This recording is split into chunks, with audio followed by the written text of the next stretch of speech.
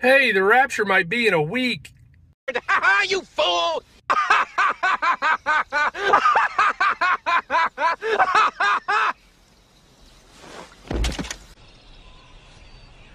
So I'm not going to say a whole lot, but I do have a couple updates. This morning I was looking through the UN website to see if there's any kind of updates on what the United Nations General Assembly was doing. And I was reading how the question for the establishment of a Palestinian state, they put it on pause and they're not going to resume it until September 22nd. And it's, as it's been said before, it's going to be co-chaired by Saudi Arabian Mohammed bin Salman and the French Macron. So there's really not going to be a lot of information coming out, I think, until the 22nd. And then all of a sudden on the 22nd, they're going to take this thing back up and start talking about it. And then on the 23rd, Trump is going to speak. So I find it interesting that we're going to kind of stay in the dark about the whole thing until like the day of, or the day before that we're watching. So, watch the 22nd and see what they're doing there. You probably saw this in a previous video, but the UN overwhelmingly endorsed a two-state solution following, I think, what they called the New York Declaration. And it was 142 in favor of and 10 against. Now, I didn't find this, so I'm not taking credit for it. Now, the Hebrew word 142 means glorious, majestic, or magnificent, but the Greek is even more interesting. Greek 142, to lift, raise, or take up, away. I did want to bring up a couple other things.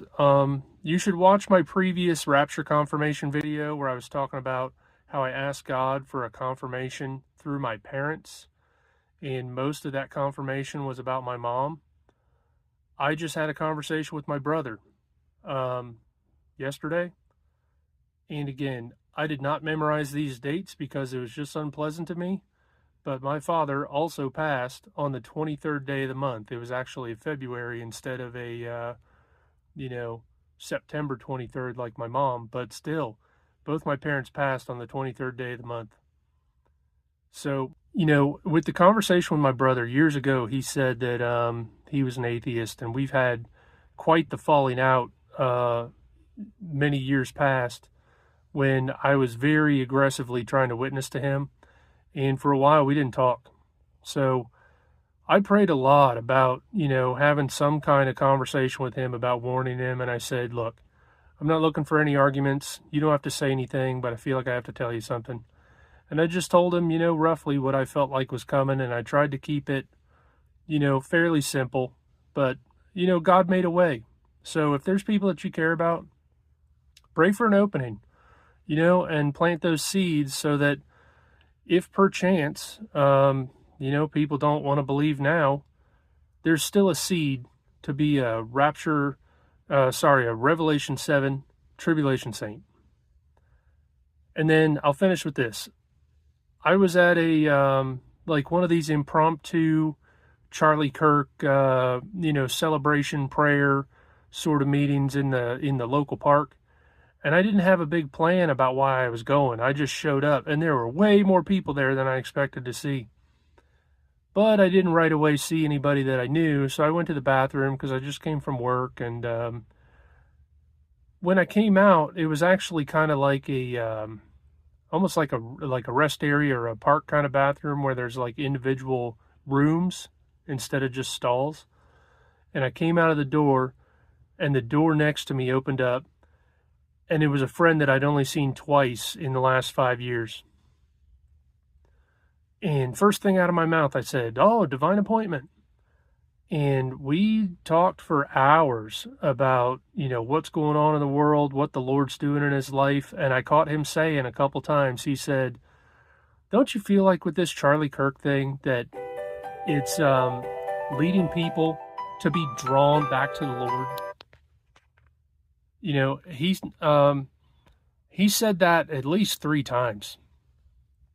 And, I just, I've seen videos of these meetings popping up and a lot of people just saying that they're giving their life back to the Lord, that they're drawn back into the Bible. And what if this just happens to be a little bit of an extra harvest before things get really serious? I can totally see it happening. I'm seeing evidence of it in my own local area. Just one last fun thing before I go. I found this in Tara. How do you say her name? Shaylane? Listen up. I found this in one of her videos. The Rapture, this band reunited after 15 years. And the place that they are recording or playing live is San Diego on 9/23. And I just thought this was interesting since we're talking about the time of Jacob's trouble. San Diego, Saint Diego, a name that has two main though historically debated origins. It is a diminutive form of Santiago, Saint James, from the Latin Iacobus, which ultimately comes from the Hebrew name Jacob. So that's all I wanted to say today. I do have some other things in the works, but that's going to be in the next one. So God bless. See you soon.